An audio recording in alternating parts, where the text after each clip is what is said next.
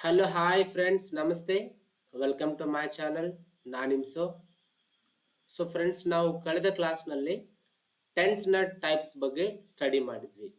Present tense, past tense ಮತ್ತು future tense ಅಂತ ಸ್ವಲ್ಪ ಎಕ್ಸಾಂಪಲ್ಸ್ ಸಮೇತ ನೀಟಾಗಿ ಕಲ್ತಿದ್ವಿ. ಇವತ್ತಿನ ಕ್ಲಾಸಲ್ಲಿ ವೆರಿ ಇಂಪಾರ್ಟೆಂಟ್ ಆಗಿರ್ತಕ್ಕಂತಹ, ಅಷ್ಟೇ ಈಸಿ ಆಗಿರ್ತಕ್ಕಂತಹ ಪ್ರೆಸೆಂಟ್ ಟೆನ್ಸ್ನ 4 ಸಬ್ ಟೆನ್ಸಸ್ ಬಗ್ಗೆ ಕಲಿಯೋಣ. ಅವು ಯಾವ ಅಂತಂದ್ರೆ simple present tense, present continuous tense, present perfect tense and present perfect continuous tense. ನಮಗೆ ಗೊತ್ತು ಟೆನ್ಸ್ ಅಲ್ಲಿ 3 ಟೈಪ್ಸ್ ಇದಾವೆ: ಪ್ರೆಸೆಂಟ್, ಪಾಸ್ಟ್ ಮತ್ತೆ ಫ್ಯೂಚರ್ ಟೆನ್ಸ್. ಅದೇ ರೀತಿ ಪ್ರೆಸೆಂಟ್ ಟೆನ್ಸ್ ಅಲ್ಲಿ 4 ಸಬ್ ಟೈಪ್ಸ್ ಇದಾವೆ: simple present tense, present continuous tense, present perfect tense and present perfect continuous tense. Friends, ಇವಾಗ ಸಿಂಪಲ್ ಪ್ರೆಸೆಂಟ್ ಟೆನ್ಸ್ ಬಗ್ಗೆ ಸ್ಟಡಿ ಮಾಡೋಣ.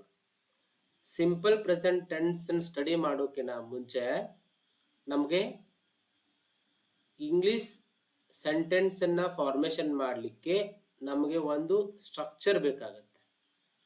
ಆ ಸ್ಟ್ರಕ್ಚರ್ ಯಾವುದು, ಆ ಮೆಥಡ್ ಯಾವುದು ಅಂತಂದ್ರೆ ವೆರಿ ಇಂಪಾರ್ಟೆಂಟ್ ಆಗಿರ್ತಕ್ಕಂಥ SVO ಮೆಥಡ್. ಯಾವ ಮೆಥಡ್ ಅಂದ್ರೆ SVO ಮೆಥಡ್.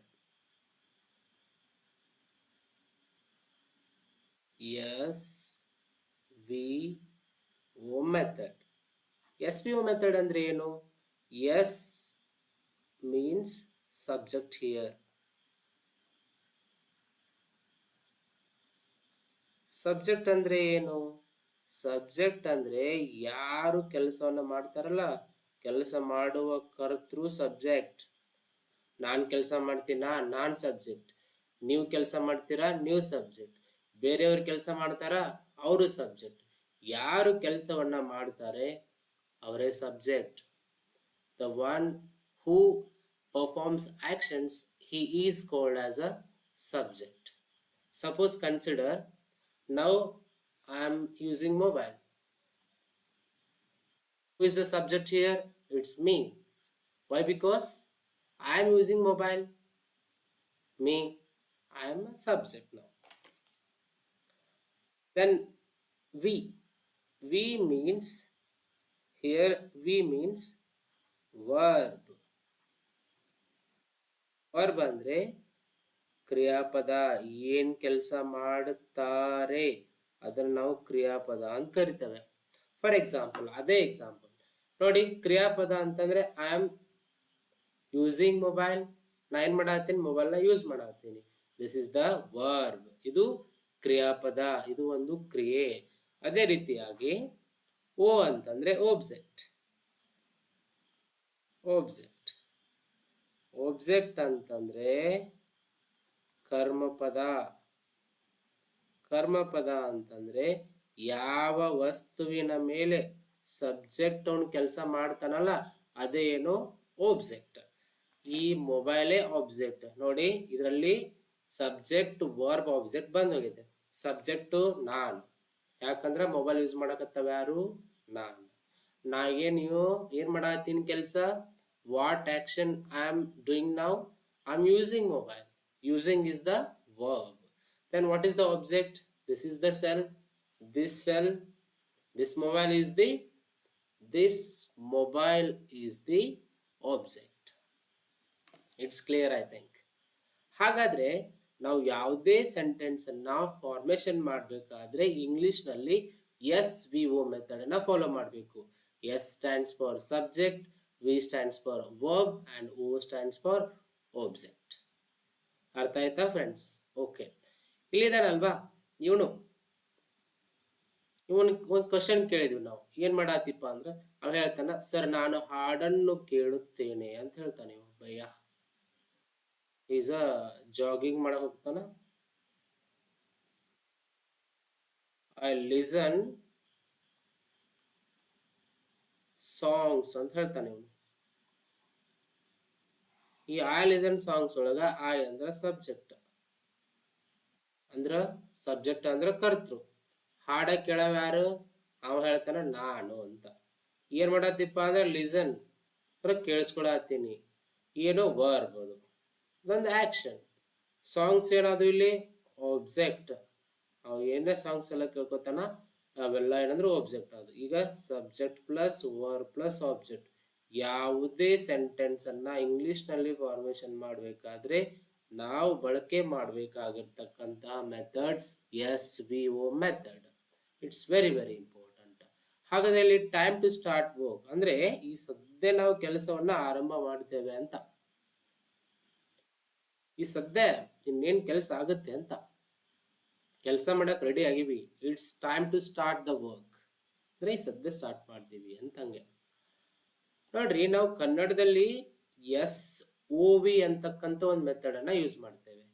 SOV ನೋಡಿ, ನಾವು ಇಂಗ್ಲಿಷ್ ನಲ್ಲಿ SVO. ಹಾಗಾದ್ರೆ ಕನ್ನಡದಲ್ಲಿ ಬಳಕೆ ಮಾಡತಕ್ಕಂಥದ್ದು SOV. ನೋಡಿ ಒಂದು ಎಕ್ಸಾಂಪಲ್, ನಾನು ನೀರನ್ನು ಕುಡಿಯುತ್ತೇನೆ.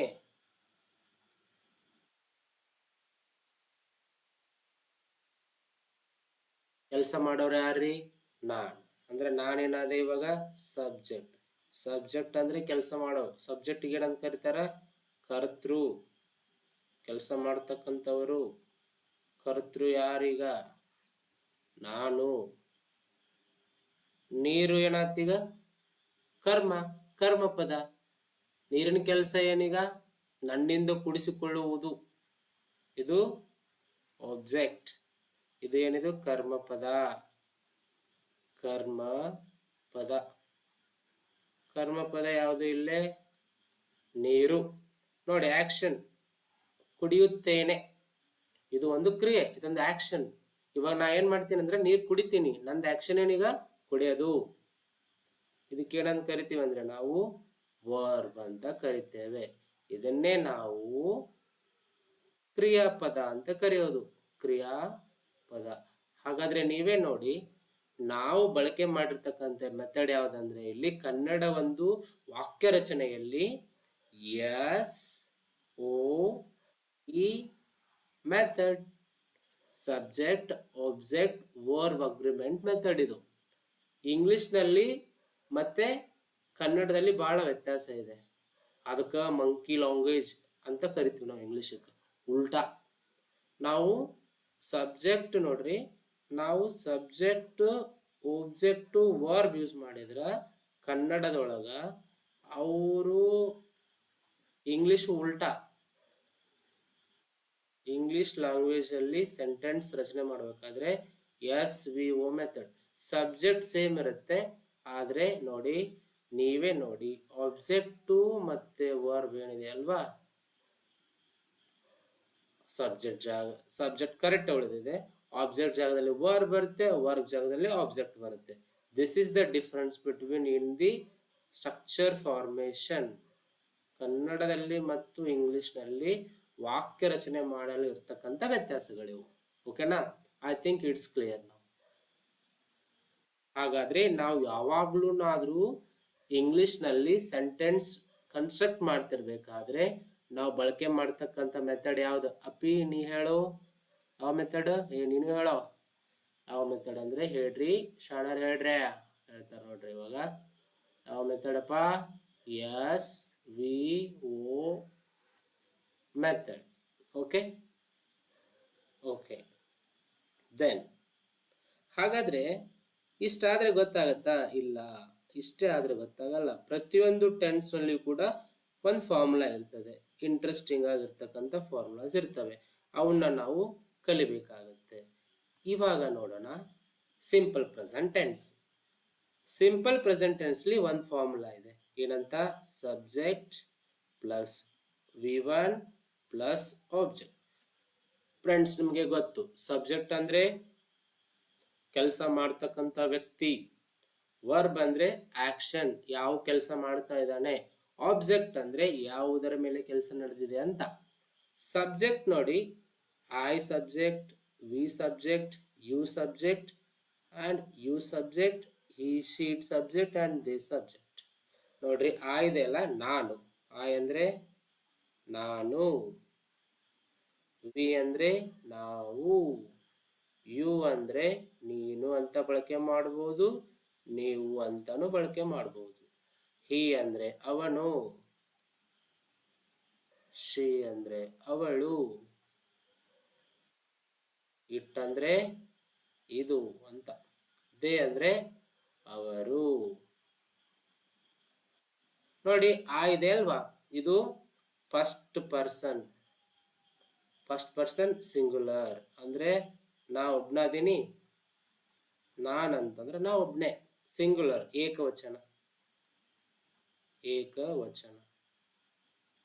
ನೋಡ್ರಿ ವೀನು ಫಸ್ಟ್ ಪರ್ಸನ್ನೇ ಆದ್ರೆ ಪ್ಲೂರಲ್, ಏನಿದು ಪ್ಲೂರಲ್ ಬಹುವಚನ. ನೋಡ್ರಿ ನನ್ನ ಜೊತೆ ಇನ್ನೊಬ್ರು ಯಾರು ಸೇರ್ಕೊಂಡ್ಬಿಟ್ರೆ ನಾನು ಇದ್ದಿದ್ದ ನಾವ್ ಆಗ್ಬಿಡ್ತೀವಿ, ಏನು ನಾವ್ ಆಗ್ಬಿಡ್ತೇವೆ. ಹಾಗಾದ್ರೆ first person I is a singular and first person we is the plural here. ನೋಡಿ ಯು ಅಂತಂದ್ರೆ ನೀನು ಅಂತ ಬಳಕೆ ಮಾಡ್ಬೋದು, ನೀವು ಅಂತಾನೆ ಬಳಕೆ ಮಾಡ್ಬೋದು. ಯು ಇದಾವಲ್ವಾ, ಇವು ಸೆಕೆಂಡ್ ಪರ್ಸನ್, ಇವು ಸೆಕೆಂಡ್ ಪರ್ಸನ್. ಒಬ್ಬ ವ್ಯಕ್ತಿಯನ್ನ ಕನ್ಸಿಡರ್ ಮಾಡಿದ್ರೆ ಸೆಕೆಂಡ್ ಪರ್ಸನ್ ಸಿಂಗ್ಯುಲರ್, ಒಬ್ಬರಕ್ಕಿಂತ ಜಾಸ್ತಿ ಜನ ಇದ್ರೆ ಅದು ಸೆಕೆಂಡ್ ಪರ್ಸನ್ ಪ್ಲೂರಲ್ ಆಗುತ್ತೆ.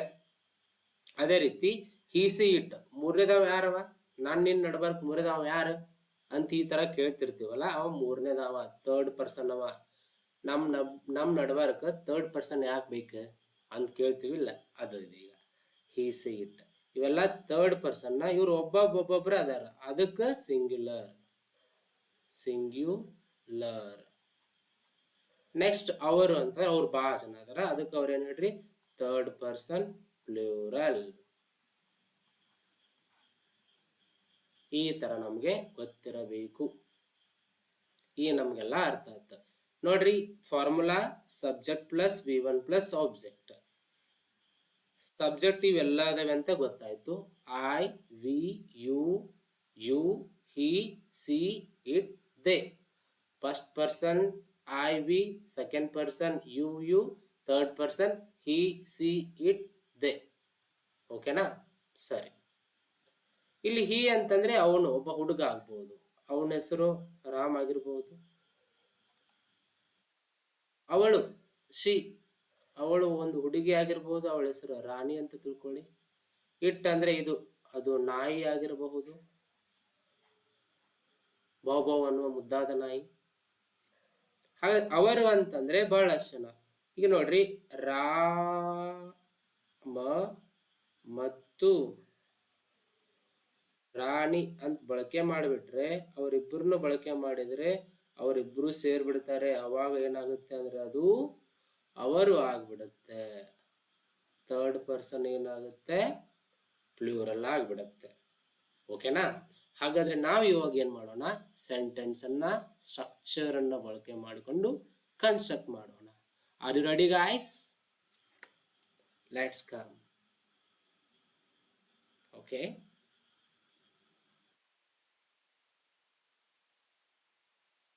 ಓಕೆ. ಈಗ ನಾನು ಒಂದು ಸೆಂಟೆನ್ಸ್ ಬರೀತೆ ನೋಡ್ರಿ ಕನ್ನಡದಲ್ಲಿ, ಇಲ್ಲೇ ಬರೀತೇನೆ ನೋಡ್ರಿ, ಇಲ್ಲಿ ಕೆಳಗೆ ಬರೀತೇನೆ. ನಾನು ನೀರನ್ನು ಕುಡಿಯುತ್ತೇನೆ, ಕುಡಿಯುತ್ತೇನೆ.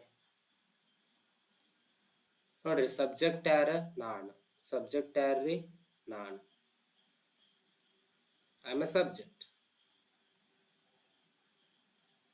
ನೀರನ್ನು ಅಂದ್ರೆ ಏನಿದು ಆಬ್ಜೆಕ್ಟ್, ಇದು ಆಬ್ಜೆಕ್ಟ್.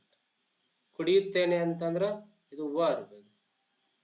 ಕನ್ನಡದಲ್ಲಿ ನೋಡ್ರಿ subject plus object plus verb, S O V method. ಇದನ್ನ ನಾವು ಇಂಗ್ಲಿಷ್ ನಲ್ಲಿ ಬಳಕೆ ಮಾಡಬೇಕಾದ್ರೆ, ಇಂಗ್ಲಿಷ್ ನಲ್ಲಿ ಕನ್ಸ್ಟ್ರಕ್ಟ್ ಮಾಡಬೇಕಾದ್ರೆ ನಾವು subject plus verb plus object method ಅನ್ನ ಫಾಲೋ ಮಾಡಬೇಕು. ಪರ್ಟಿಕ್ಯುಲರ್ ಆಗಿ ವಿ1 ಅಂದ್ರೆ ವರ್ಬ್ ಒಂದಂದಂಗೆ. ಫಾರ್ ಎಕ್ಸಾಂಪಲ್ ನಮ್ಗೆಲ್ಲರಿಗೂ ಗೊತ್ತಾ ಡ್ರಿಂಕ್ ಅಂದ್ರೆ ಕುಡಿಯೋದು ಅಂತಂಗೆ. ಡ್ರಿಂಕ್ ಅಂತಂದ್ರೆ ನಾವು ಏನಂತ ಹೇಳ್ತೀವಿ, ಕುಡಿಯುವುದು ಅಂತ ಹೇಳ್ತೇವೆ.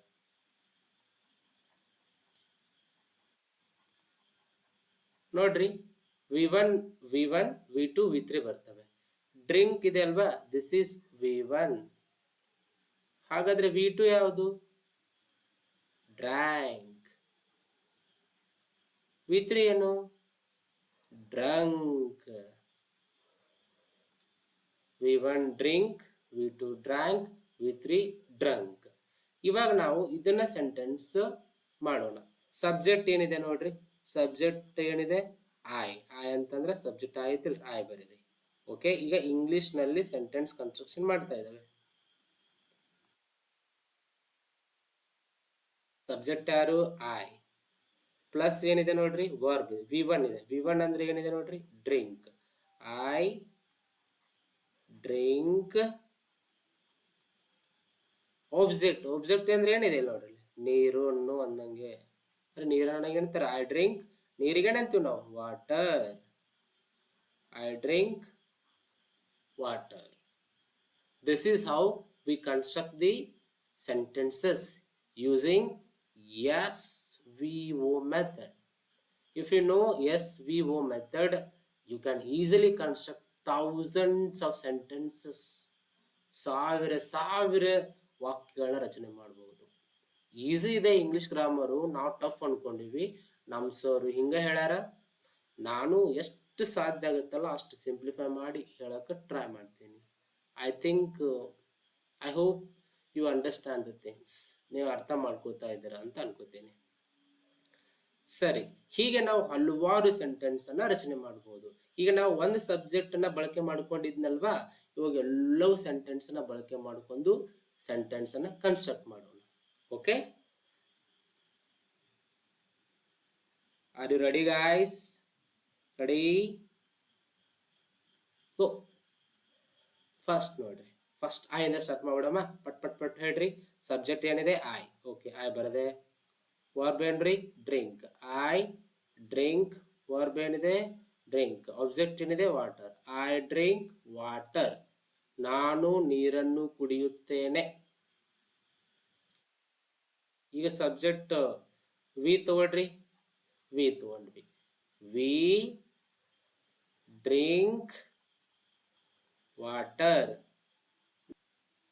Next you.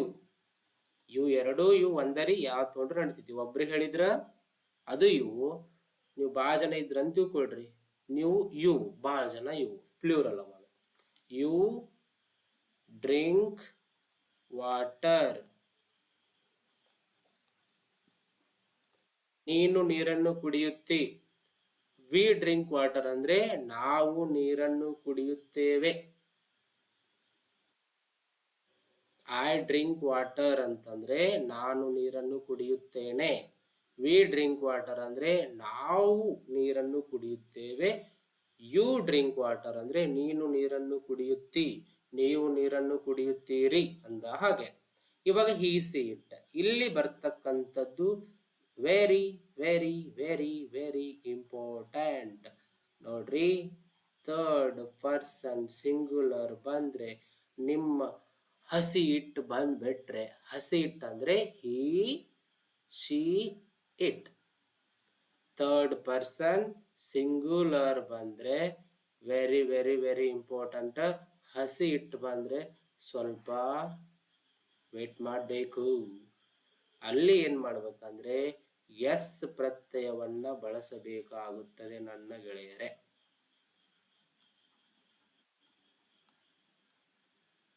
ಹೇಗೆ? ಸೊಳ್ಳೆ ಬಂದ್ ನೋಡಿ ಪಾಠ ಕೇಳಕತ್ತೈತಿ. ಎಸ್ ಪ್ರತ್ಯಯ ಹೇಗೆ ನೋಡ್ರಿ, ಎಲ್ಲವೂ ಸೇಮರೇ, ಆದ್ರೆ ಎಸ್ ಪ್ರತ್ಯಯನ ಎಲ್ಲಿ ಬಳಕೆ ಮಾಡ್ಬೇಕಂದ್ರೆ, ಎಲ್ಲಿದಿ ನೀನು? ವರ್ಬ್ಗೆ. ಎಲ್ಲಿಗೆ? ವರ್ಬ್ಗೆ, ಕ್ರಿಯಾಪದಕ್ಕೆ. ಹಿ ಯಾರದ ನೋಡ್ರಿ? ಹಿ ಇಲ್ಲಿದಲ್ವಾ? ಹಿ ಇದನ್ನ ಬಳಕೆ ಮಾಡ್ಕೊಳ್ಳೋಣ. ಹಿ ಡ್ರಿಂಕ್ ಅಂತ ಬರ್ತೀವಿ ನಾವೆಲ್ಲರೂ, ಬಟ್ ಎಸ್ ಪ್ರತ್ಯಯವನ್ನ ನಾವು ಥರ್ಡ್ ಪರ್ಸನ್ ಸಿಂಗ್ಯುಲರ್ ಬಂದಿರುವುದರಿಂದ ನಾವು ಅದಕ್ಕೆ ಎಸ್ ಪ್ರತ್ಯಯವನ್ನು ಸೇರಿಸಬೇಕು. ಅದಕ್ಕೆ ಹಿ ಡ್ರಿಂಕ್ ಅಷ್ಟೇ ಆಗಲ್ಲ, ಹಿ ಡ್ರಿಂಕ್ಸ್ ಆಗುತ್ತೆ. Note this point. He drinks water. ನಿಮ್ಗೆ ಎಲ್ರಿಗೂ ಈಗ ಅಂಡರ್ಸ್ಟ್ಯಾಂಡ್ ಆಗ್ಬಿಟ್ಟಿರುತ್ತೆ ಇವಾಗ. ಹಾಗಾದ್ರೆ ನೀವ್ ಹೇಳ್ರಿ, ಶಿ ಇದ್ರೆ ನೋಡ್ರಿ, ಶೀನು ಕೂಡ ಥರ್ಡ್ ಪರ್ಸನ್ ಸಿಂಗುಲರ್ ಆದ್ರಿಂದ ಎಸ್ ಪ್ರತ್ಯಯನ ವರ್ಬ್ಗೆ ಬಳಸಬೇಕು. ಸಿಂಪಲ್ ಇದೆ ನೋಡ್ರಿ. She drinks water. Okay, it ಇದೆ. ಇಟ್ ಡ್ರಿಂಕ್ಸ್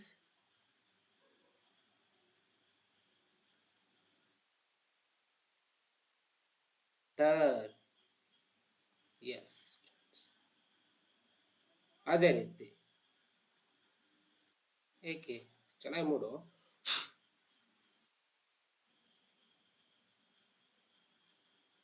ನೋಡ್ರಿ, ದೇ ಡ್ರಿಂಕ್ಸ್ ಬರಂಗಿಲ್ಲ ಈಗ. ಯಾಕಂದ್ರೆ ದೇ ಏನಿದೆ ಅಲ್ಲ, this is third person plural. Plural ಬಂದ್ರೆ ಎಸ್ ಪ್ರತ್ಯಯ ಬರೋದಿಲ್ಲ, ಬರೋದಿಲ್ಲ, ಬರೋದೇ ಇಲ್ಲ. They drink water.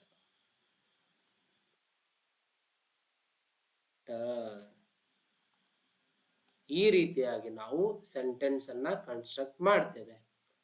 ಈಗ ನಾವು ಇಲ್ಲಿವರೆಗೂ ಸಿಂಪಲ್ ಪ್ರೆಸೆಂಟ್ ಟೆನ್ಸ್ ನ ಯಾವ ರೀತಿ ಕನ್ಸ್ಟ್ರಕ್ಟ್ ಮಾಡಬೇಕು ಅಂತ ಸ್ಟಡಿ ಮಾಡಿದ್ವಿ. I think you understand something, you learn something, and in the next class we will study about the present continuous tense. Till then, learn the things, revise the things, and hopefully in the next coming days we will meet again. And till then, take care, love you, bye.